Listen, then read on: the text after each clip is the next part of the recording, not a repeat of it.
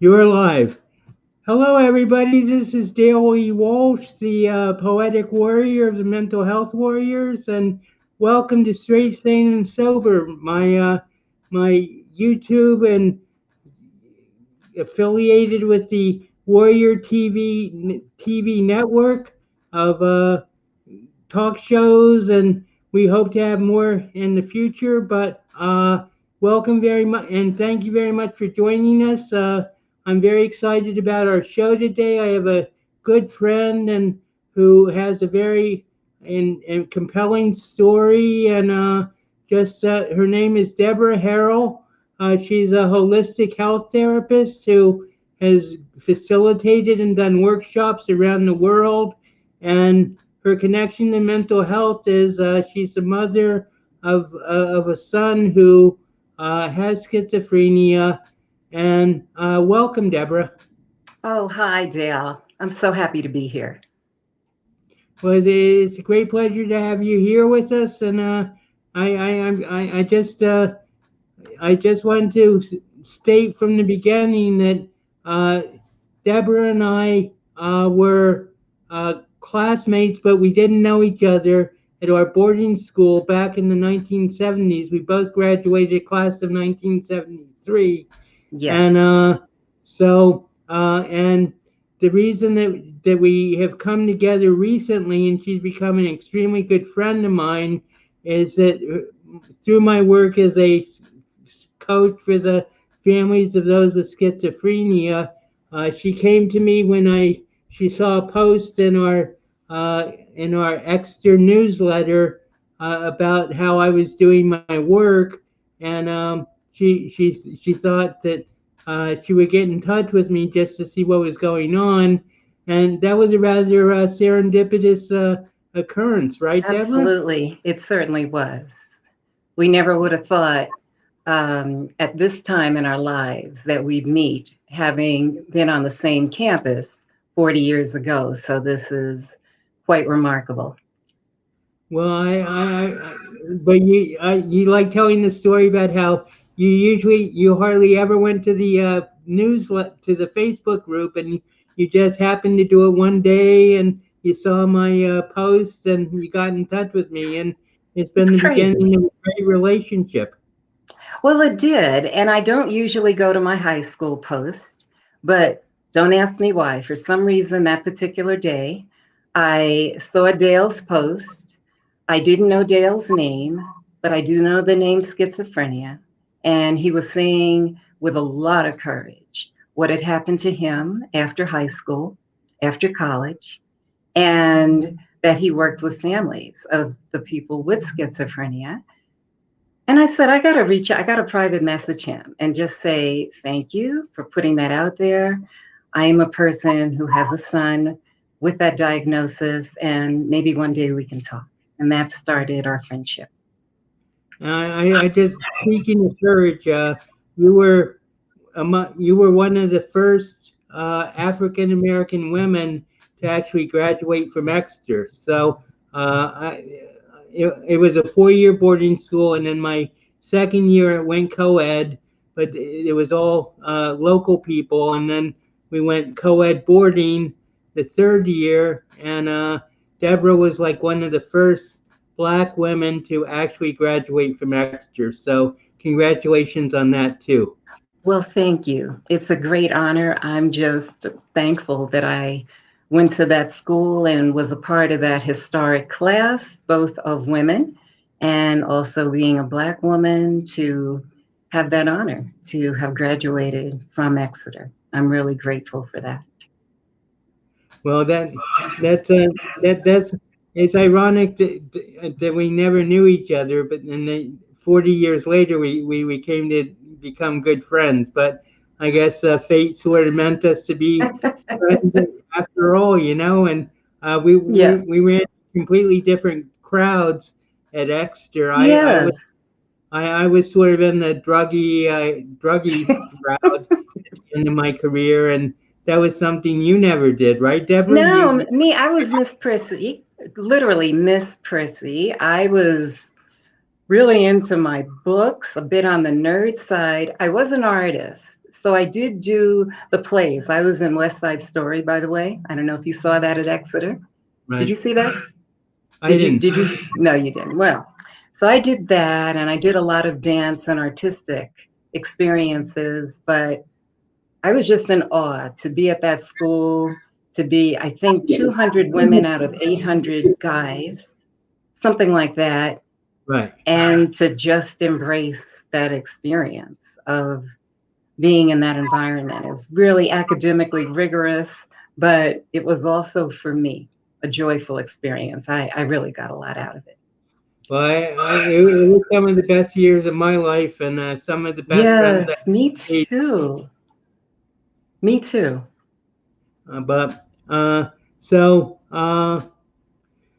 so you graduated from Exeter, and then you went to college. And tell us about your path to holistic health therapy, because that seems pretty far away from what you studied for in college, correct?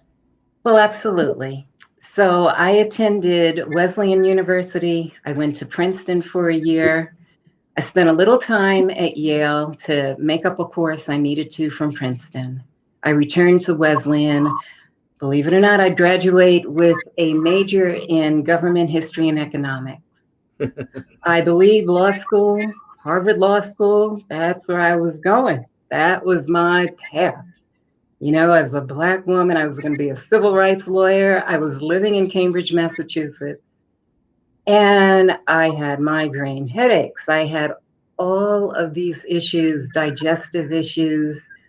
Really, the pounding headaches really got to me, and it made me seek out alternatives. And this would have been in the late 70s. So, this was not a time when holistic health, alternative medicine was a household word. And I I was in Cambridge, Massachusetts. It was a mecca for all kinds of alternatives. It's an amazing city. And I would meet a man who was a naturopath, and that his lecture started my experience into holistic healing. He gave a lecture actually at Harvard University to anybody who wanted to come. He happened to be a Black man, and he started his lecture and he said, "There's no such thing as disease.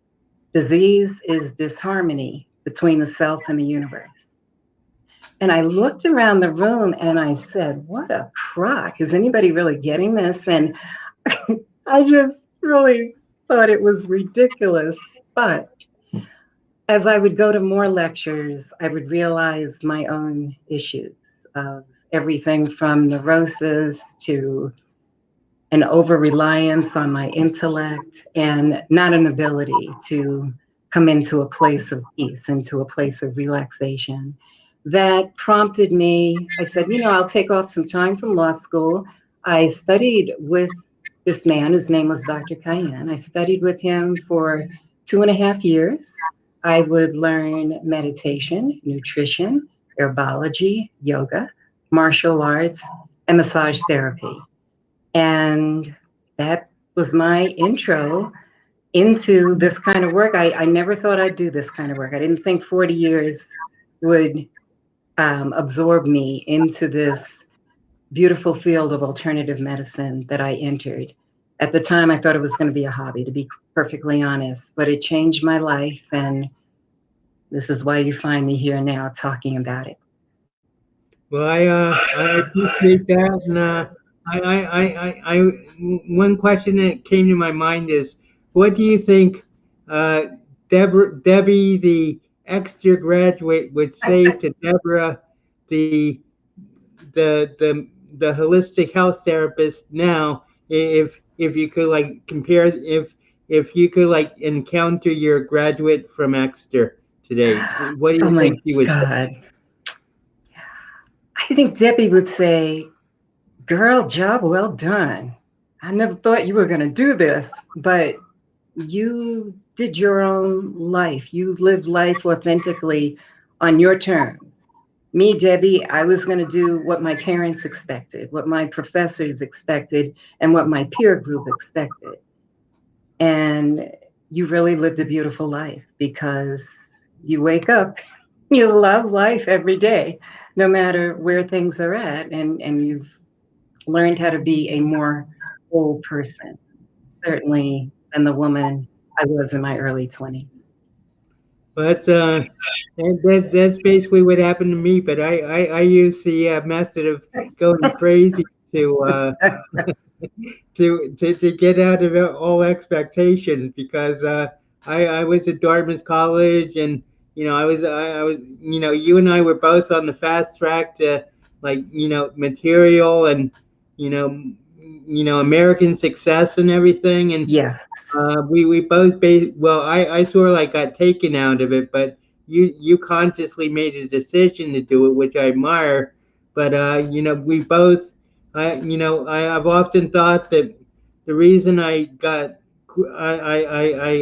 sick at Dartmouth if you want to call it that sure. was that I was just like so hemmed in by everything that was expected of me by my parents and by the Dartmouth College. I mean, I know you know this from Princeton and everything. If you're Ivy League, there's like such high expectations of where you're going to go, and I didn't see any way to get out of it. But all I wanted to do was be a poet and a writer. So Yeah. I mean, I had a similar path, and my teacher saw this. My teacher actually was educated at Oxford. He had leukemia. He was stricken with that while he was in his studies. And eventually, he would go to an African and a Japanese healer. And through a whole change of diet and basically meditation, he changed his life to the person that he became, a naturopath. And I finally absorbed that story. And when he taught me in this apprenticeship, I was tough as nails to get to my body because I lived in my head. I mean, I was so tense with my first massage. Massage was not a word ever mentioned in my house. I didn't right, even know what a massage was. And I said, everybody's signing up to get a massage with this man. Why don't I? And I remember going there and, my little preppy attire and sitting in the waiting room and looking around. And I said, oh, I got this. All I got to do is lay on the table and relax. And that was my wake up call because laying on that massage table, I could not relax. I could not breathe. He could not lift my leg. It was startling to me. It seemed like what you just said, all of my years of proving something to myself, proving something to my peer group, to my family, to my academic life, just froze in my body. And, you know, that would eventually propel me into this apprenticeship. And it wasn't about learning so much, here are the parts of the body, and this is what you do with massage. It was learning how to get out of my head and into my body, how to come into some kind of a place of alignment so that I really could be a vehicle, so to speak, through which energy could move when I would place my hands on somebody's body. That was so foreign to me. I learned how to be centered, meaning centered in and around the navel, that area where we send chi, energy to. I'd never heard that in Princeton, Exeter, that being a centered individual was a place of stability, a place that you could be stable under pressure, a place that you, in fact, would connect with the whole of the universe and the earth. So again, I did not start out like this. I really didn't. I talked really fast. I'm from New York. I used to, and here I am. So I have an so amazing story to tell of my journey. so uh, so you did your apprenticeship, and what did you get? Some sort of certification, or did you? Yes. So basically, my certification was as a massage therapist and as a holistic health therapist, somebody who works with alternative medicine with the mind, body, spirit, heart. So that was And my this embrace. just reminds me of something I heard about. uh, You know, Did Harvard have like the Body Mind Institute there yet, or not? That's an Or this? interesting question. I'm familiar with that, but I believe it was not in operation at that time. That would have been the late 70s. So let's say 77 to 80. I don't remember that being a part of Harvard University. Right.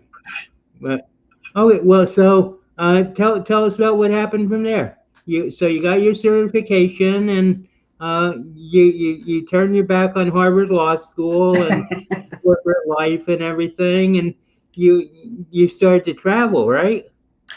Or Well, yes. was there an interim where you were doing the holistic health before you traveled, or give us a Yes. So eventually I'd moved from Cambridge to Colorado. Everybody had said at that time, the early 80s, go to Boulder. That's where everybody who is involved in holistic healing, that's where they go. That's the Mecca. Other than California, that was the place to be to get your practice started. So I did. I went to Colorado. I would speak to a very famous healer there. Her name is Dr. Hannah Kroger. She's a homeopath and a practitioner. She's since crossed over, but she was very famous in terms of integrative medicine. And I asked her, what do you think of me coming to Boulder? I just got here. I want to start my practice in holistic health. She said, don't come here. There's somebody like you on every corner. So you do best to stay in Denver, start your practice, and see where that leads you. And I took those wonderful words of wisdom, and I started my practice. So I eventually opened an office. I had clients coming to me, mostly for massage therapy. I would also incorporate aromatherapy, yoga. I was teaching classes. I kind of did everything I could to get myself into my practice and into this world of healing. Eventually, my life would spiral. I would appear on the cover of Massage Magazine because I submitted an article to them called Dancing on the Body, Massage in the African Tradition. And in this article, I talked about how my teacher, this very strict Dr. Cayenne, took me from this place of being relying on my intellect into a place of learning to surrender within myself to this energy in order to be a channel through which energy moves. And he used to say to me, you're so stiff. You went to all those schools. I don't even know really how to teach you. Did you ever dance? Did you ever do anything as a kid that wasn't involved in books? And I said, yeah, I danced since I was 3. And that was sort of a trigger point for him. Dance, because when you dance and you let go, whether it's tap dance, whatever kind of dance it is, you're in a different place. You're not so much relying on the intellect, you're letting go to flow.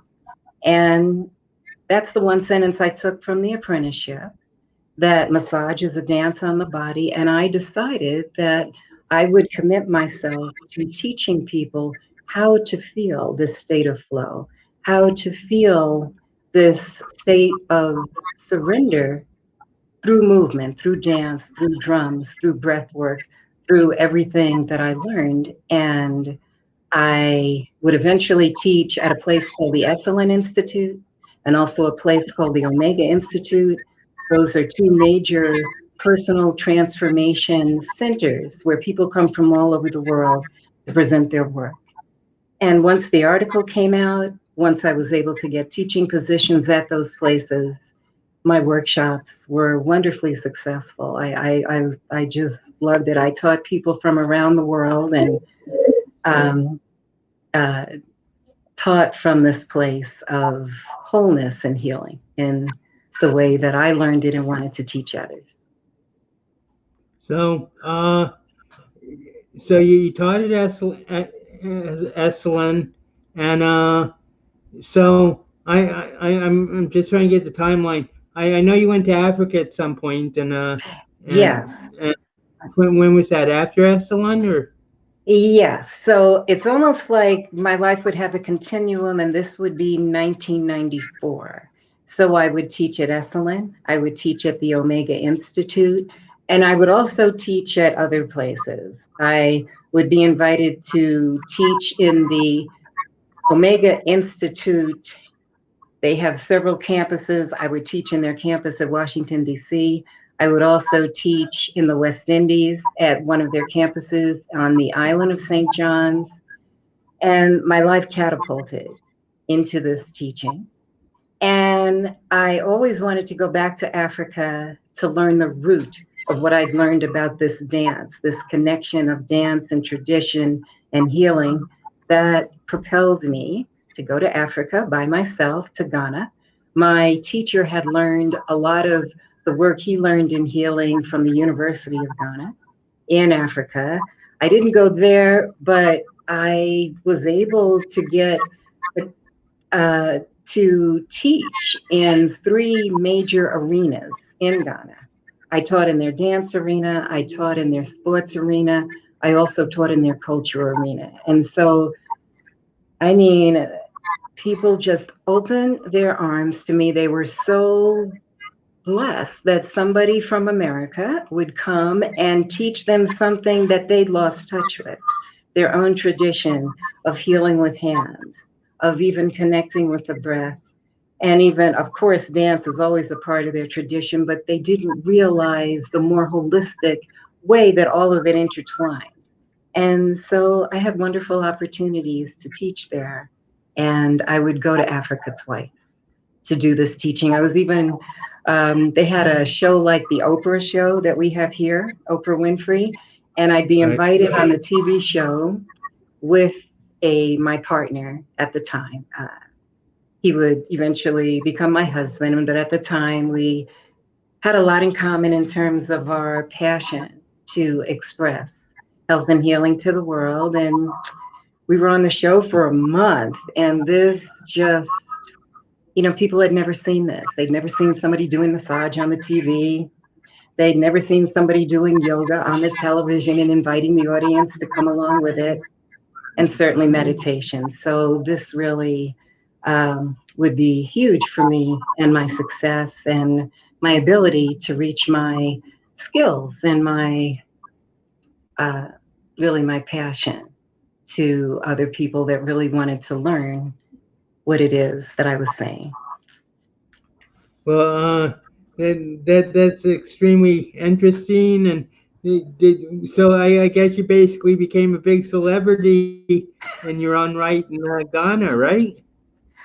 Well, I did. Yes, I did become a celebrity there. And even with the article, the Massage magazine article, the cover story, that also got the wonderful thing about being published is that people reach out to you. They want to know more about who you are, what you do.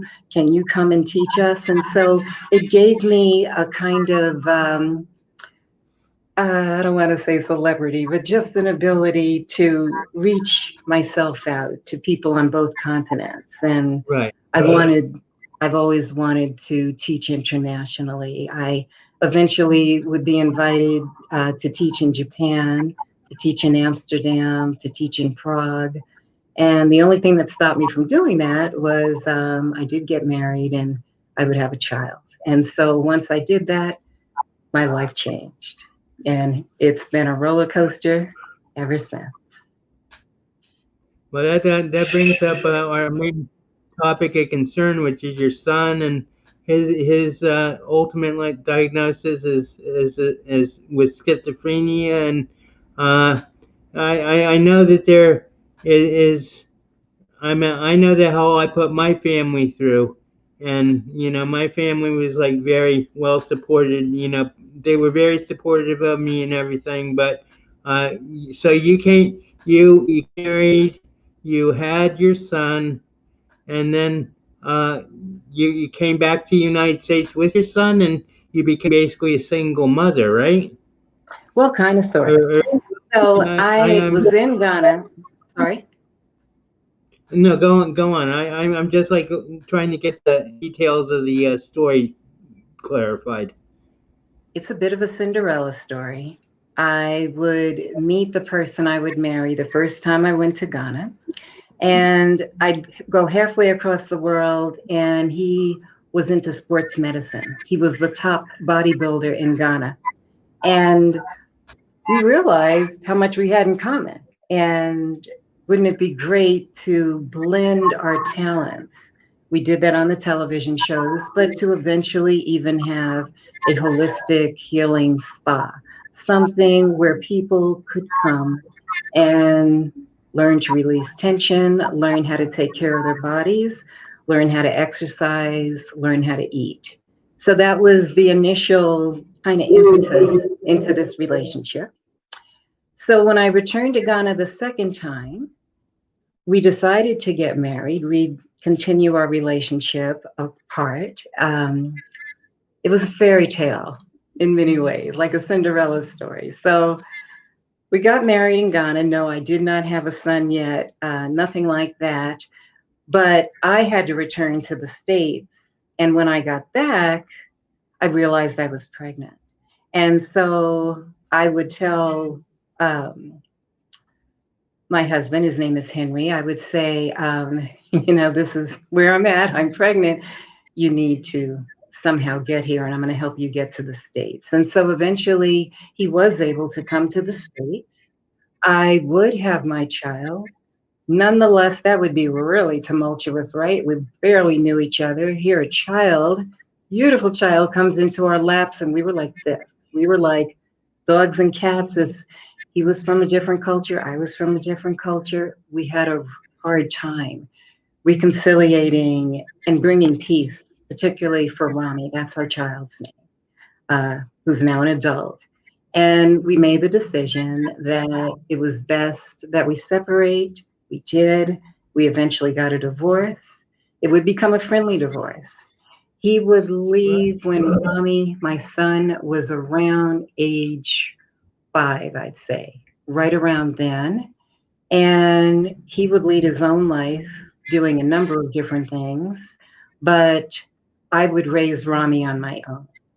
And so, yes, I would in fact, and this is interesting that you brought it up because I only knew holistic health. Of course, I know how to read, write, and do arithmetic, but I really did everything I could to allow this young man, my son, to understand all perspectives of health, of healing, even of religion, just to understand the universality of himself. And I really wanted him to be able to make his own decisions. So not only have his brilliance, so he always had the academia under control, but I wanted him to really understand mind, body, spirit, heart.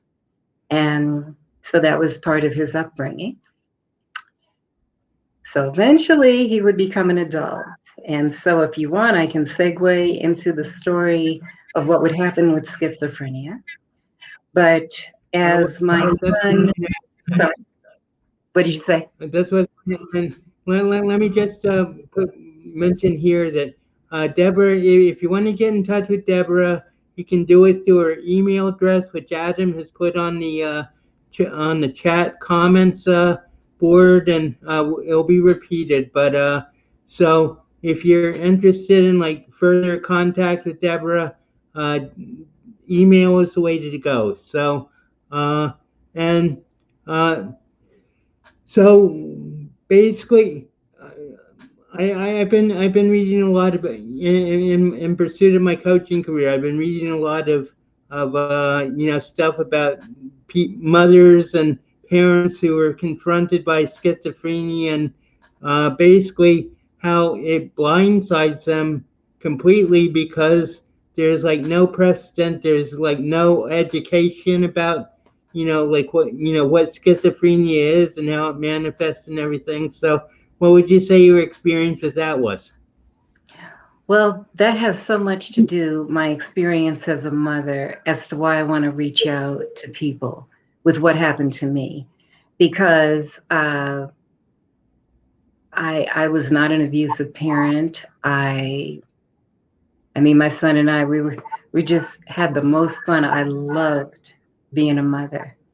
And we really shared some very special moments together in him growing up.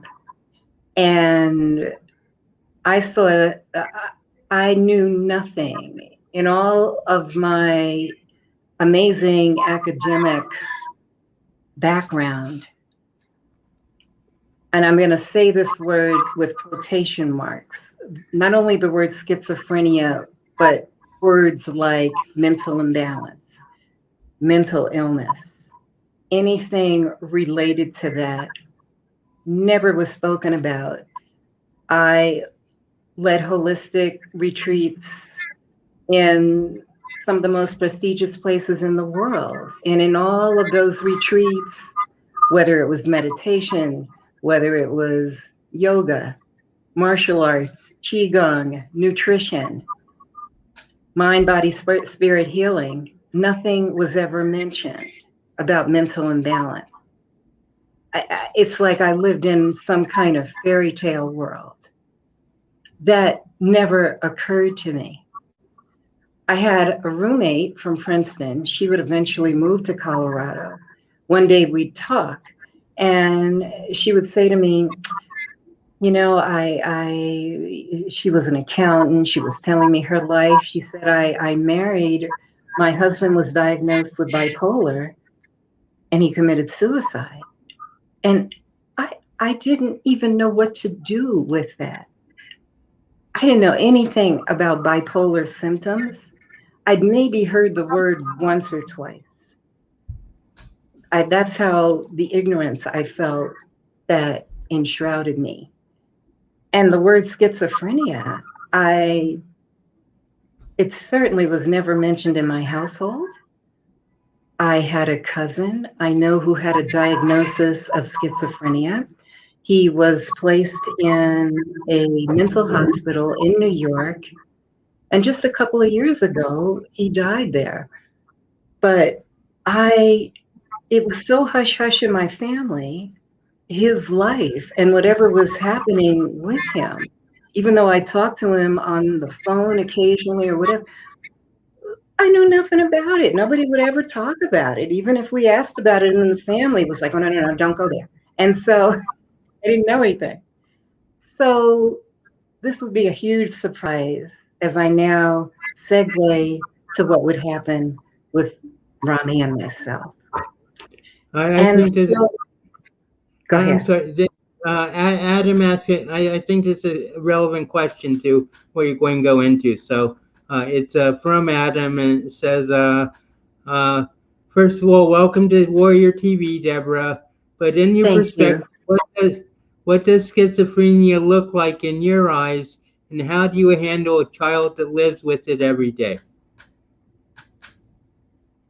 Well, before I answer that, I do want to say that with Rami, he didn't get a diagnosis of schizophrenia. He's 26 now. So he didn't get a diagnosis of that till approximately age 24.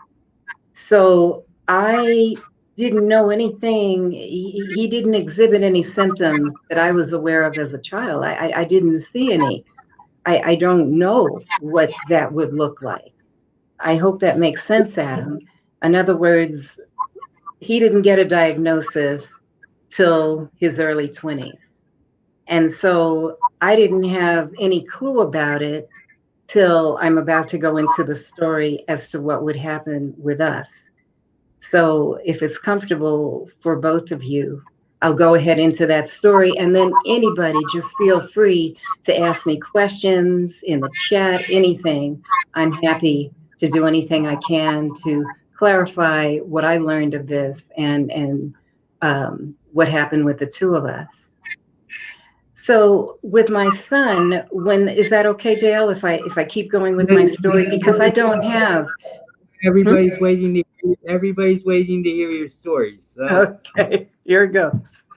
So my son would graduate from high school. He would make the decision, unlike his mother, as many millennials do. I'm not doing college. I am going to be a music producer.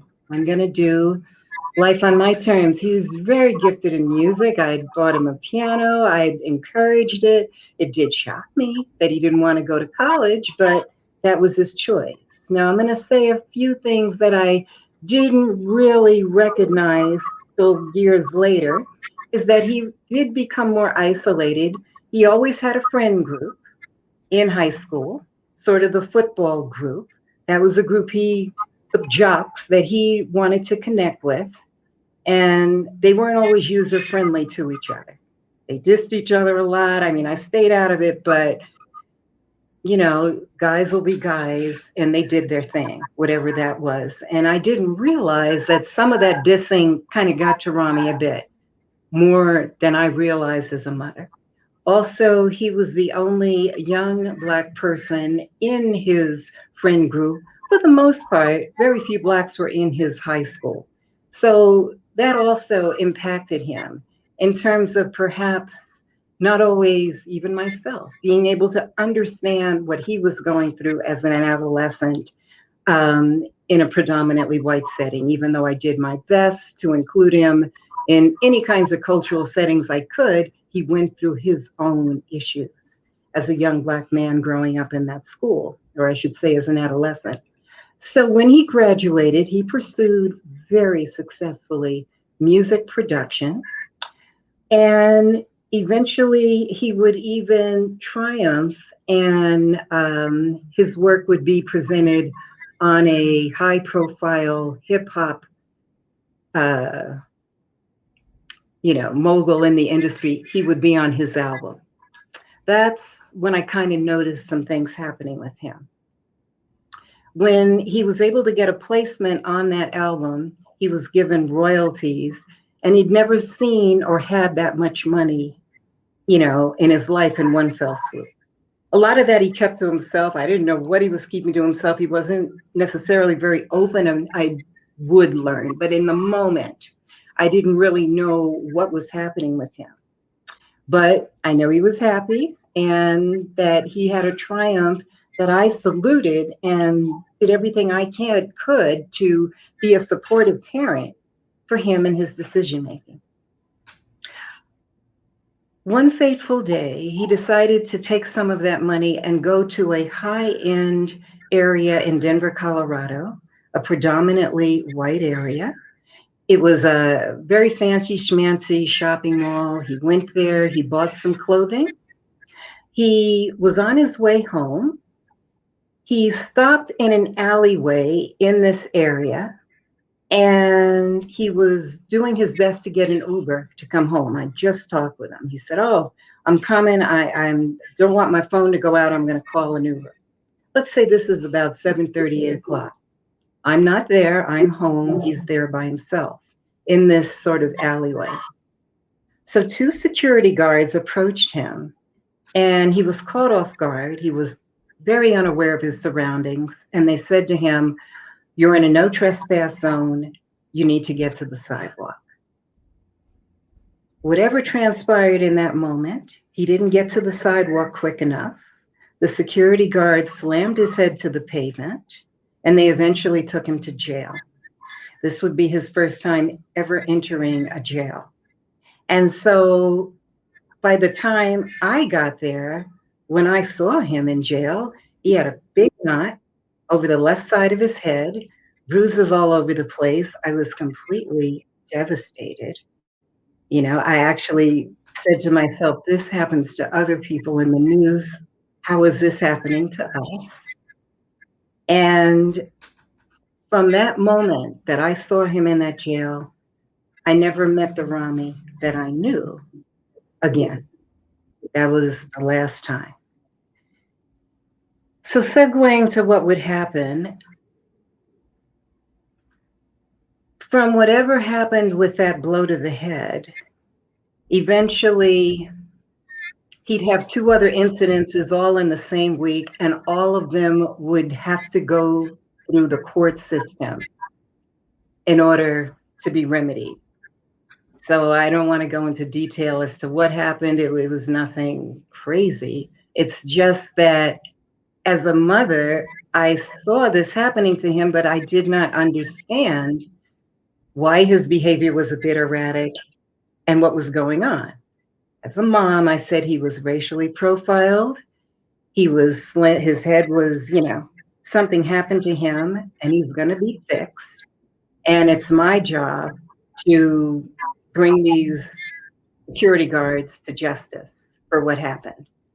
This is why he's starting to act a little strange. Well, the little strange would go to big strange, and it would be over about a year. As we had to slough through the court system, my son started exhibiting really bizarre behavior. I never remember him talking and mumbling to himself.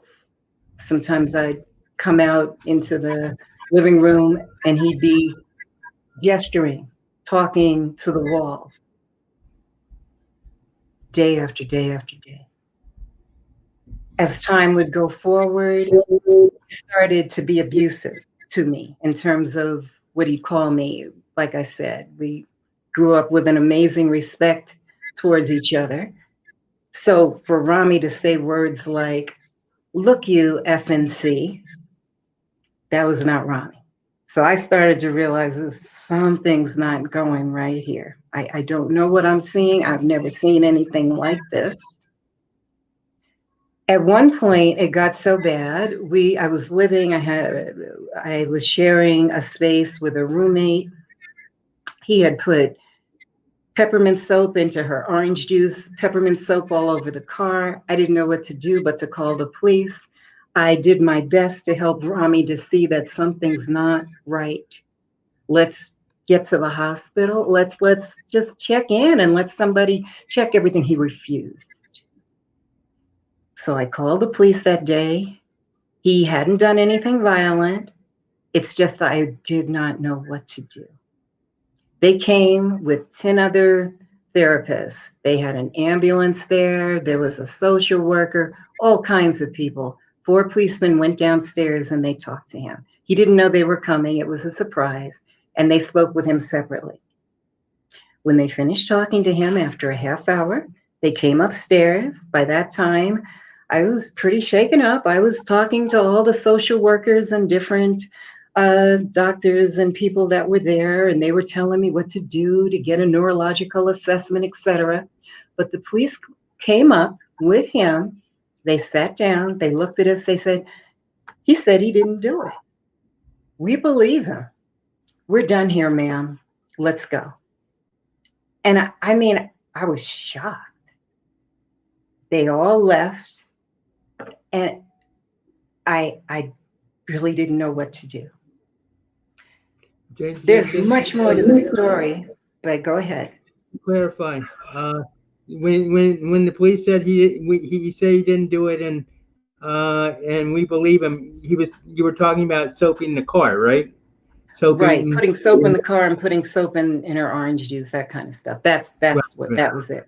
I just wanted to clarify that. Sure, to clarify it. Yeah, and but anyway, I'm not going to put a judgment on either end. I'm just saying that's what they said. I realized I didn't have any recourse to get him to any kind of help because he refused. He was over 21 by that time. He believed he was fine. So we would go through a year of this kind of unraveling down a rabbit hole with him. We became more estranged from each other. My brother's a psychologist. I would talk to him. He lives in another state. He lives in New Mexico. I live in Colorado. He would say to me one day, "I think Rami has schizophrenia." I said, "What?" He said, "No, I think he has schizophrenia by the way you're talking about his symptoms." Sometimes I would say he'd just be sitting down and suddenly just start laughing. And I would tell him to the best that I could, this is what I'm seeing. And so when he said that, I didn't know what to do. I could not force him to go anywhere to get assistance. There's so much to the story that I can't tell it all in 1 hour because I got to get to the crux of it, and I'm looking at the time. How much more time do we have, Dale? We have about 15 minutes left, and 15. I didn't know if we had 5 I minutes. want to talk about your your outreach and your Yeah. program. So So we're I think almost there. But I do want to say it's not like I didn't get counseling. What happens when you're in a court system in America? If they see that you are incompetent to stand trial, they have you go to a psychologist through the university system here to get you competent so that you can stand trial. In other words, the purpose of going to the counselor isn't to talk about what's going on with yourself. It's to teach you things like this is what you do when you plead guilty, this is what happens when you plead not guilty, this is what a judge is, this is what. Of course, he's smart. He knows all that. So he just kind of slithered through that system because he had to do it. But right. he wasn't getting any help for the symptoms that were getting worse and worse. I'd look out the window sometimes. He was only able to hold a job for about 8 weeks. I'd watch him go to the bus stop and he'd be gesturing. He'd be talking out loud. We'd be maybe on the bus. I didn't have a car quite yet. And he'd be talking to himself out loud. We'd be in the courtroom. I said, somebody's got to be seeing this. Who's going to say something? He'd be talking out loud in the back of the courtroom. But once he got in front of the judge, he was solid, in alignment. He could answer questions. He seemed like the most intelligent person you could ever have met. Well, finally, as we got to the year 2019, now we're getting to the crux of what would happen to us. In March of 2019, I was finally able to say to Rami, let's get some vocational counseling. It happened to be from like a counseling center that dealt with youth for the most part, ages 18 to 26. Let's go there. Let's see if they can help with the job placement. We went there. I would talk to the woman on the side, the counselor. I'd say, I know something else is going on here. Like, he's talking to himself. You can hear that. She said, I can do some psychosis counseling too. Don't worry. We'll do everything we can to help your son to get some stability. The next day, we didn't have any words really to say to each other that day. I was preparing for us to go back to that counseling center to speak with the vocational counselor. Rami would have taken a shower, came out, we were going to have some lunch. Out of nowhere, he attacked me brutally. And I'm talking brutal. Muhammad Ali had nothing over me. I mean, he went in on me, punches, kicks, and he attempted to strangle me within an inch of my life. And because you're being strangled, you really can't breathe and yell to get help. So this is what I would go through. And I don't know how long I was on that floor, but my son finally stood up. I was amazed my neck was still there. I was able to get to a neighbor, get help, and I would spend 10 days in the hospital. Eventually, my son would have left the building. The police would find him. He would eventually go to jail. So what happened with him, he would go to jail. They realized they couldn't help him there. They still had no diagnosis that he needed to go to our state mental hospital. He would go to that hospital. That would be the first time he would get a diagnosis of schizophrenia and finally be given medication in order to help him through that. He eventually would go back to jail. He was compliant. And just before the COVID would start in the beginning of 2020, thank goodness, I dropped all charges. He would be released on a misdemeanor. He would live in a group home for most of 2020. As 2021 would come in, he's now living in his own apartment in a building that is supervised by our mental health center here in Colorado. So at this time, we're estranged. We're healing day by day. But this catastrophe in my life, particularly because I felt that I had a semblance of intelligence and knew something about connection with spirit and inside myself. None of those tools helped me to understand what was going on with him. And that's why I really have a motivation to help other parents, other mothers, to be able to see the telltale signs of schizophrenia when it's happening before it would ever become a tragedy and horrific story like it came for me. And Dale, I'll stop here for a moment and just see if there's something you wanted to ask me before I go on. Well, And also, did, did the other person, sorry, I Adam. lost his name, Adam. If Adam had another question or something, please ask me. Well, I think we should just devote the rest of our time to you explaining what you're doing now with reaching out to Black youth all over the world, actually, right? And basically, you've been started in Africa, and you want to like build. I mean, Adam has done an admirable job through the mental health warriors of like, getting the message about mental illness, and he calls them everybody calls it mental health, but actually I call it psychic affect. But that's my own I term for it. understand.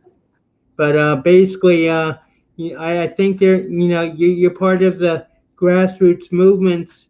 You're just starting out. What are your ambitions, and what do you have like a specific program you have in mind, or you just like doing group, therapy, or not therapy, but just facilitating talks and groups and everything? Why you don't just give us a brief overview of what your ambitions are? Okay. One of Rami's friends, who happened to be a young Black man who was in Rami's high school, would reach out to me after everything happened with me and Rami after the assault. And he was in shock. He just said, I cannot believe this happened. The Rami I knew was nothing like what you have described. And I too have a mental diagnosis. He'd go on to say, I've been diagnosed. I was mumbling under my breath when I was an adolescent. I knew I needed help. That's the difference.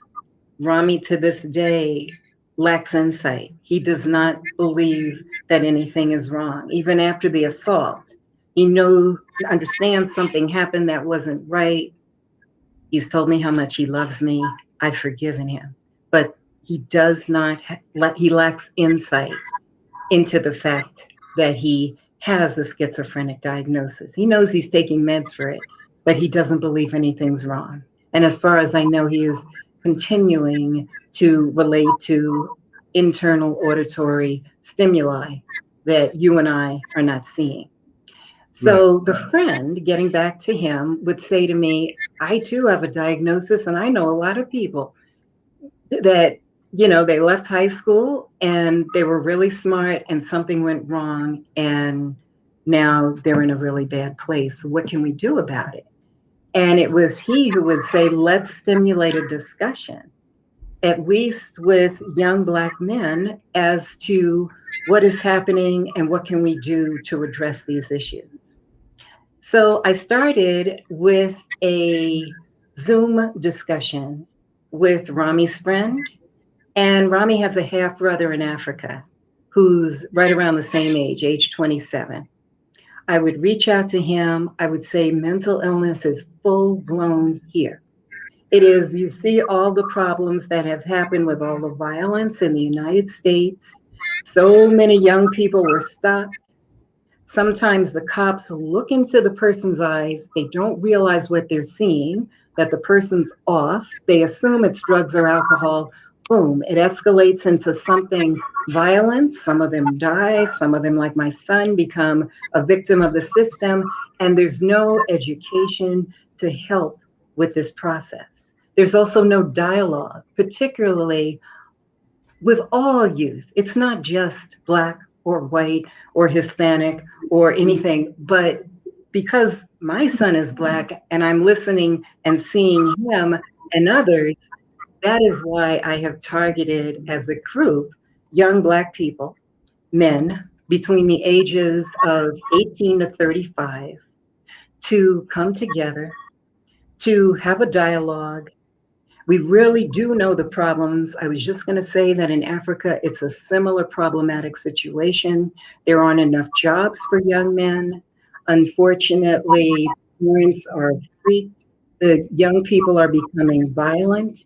There are no mental health facilities to help with this. They are put into an institution with high walls and the door is locked. They're ignored, and this has made now the problem worse.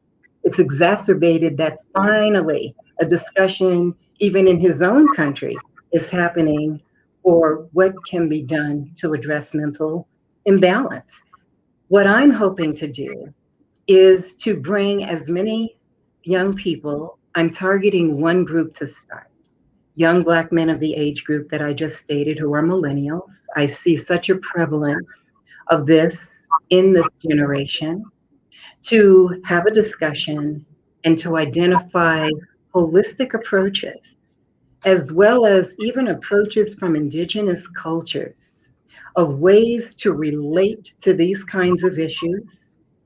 I'm not saying that everybody should stop taking their meds. That is not at all where I'm coming from, but that there can be a shift and a new paradigm in the way that we discuss, as Dale calls it, psychic effect.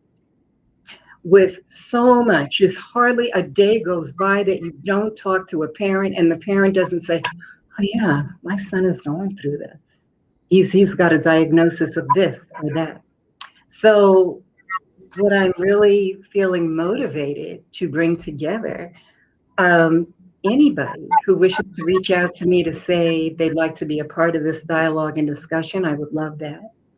Anybody who knows the practitioners in holistic healing who would like to address a lot of these issues, that would be wonderful to start to have speakers and form a platform. I would like this to be a global discussion. I would like to bring in young people from London, from Europe, from other parts of the world eventually, to really be able to look at this and ways to help. I'm not saying everybody's going to be healed as soon as they have holistic approaches. No, but I do believe that it's important to bring this into the discussion, as I said, of a new paradigm, Right. into what we can do to bring more other alternative approaches to mental illness. So that's why I discussed the different holistic approaches and even the approaches from indigenous cultures that have worked with mental illness. I believe there's some wisdom there and something to say. So, very quickly, the name of my group is called The Wisdom of Well-Being. And what did you say that another good title is, Dale? The I well-being turned of around and said, well-being of wisdom. So the I just well. like flipped it. Say it again. But the well-being of wisdom, I think you the said that, well-being or of mental wisdom, wisdom. Maybe you said something mental like wisdom. that. Yeah. Yes.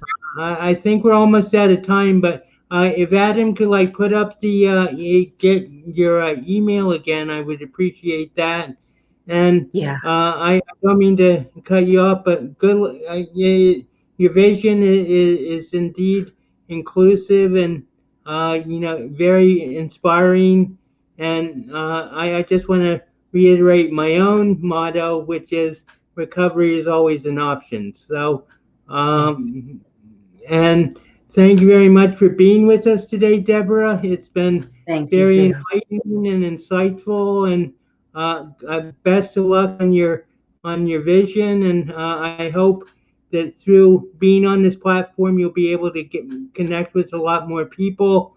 And we're almost at exactly an hour. So we're timing it perfectly. But thank you very much. Thank And you. one last thing is Steve Knapp tomorrow on Mental Health TV Warrior TV is showing up with Kate Taylor. And if you want to make a donation to the Mental Health Warriors, you can do it at mhthewarrior99 at gmail.com through PayPal. So have a great night, everybody, and thank you once again, Deborah, for your appearances. It's Thank you been so much. fabulous, and good luck on your mission, and Thank have a great night, and we'll talk soon. We will. Bye, everybody. Okay.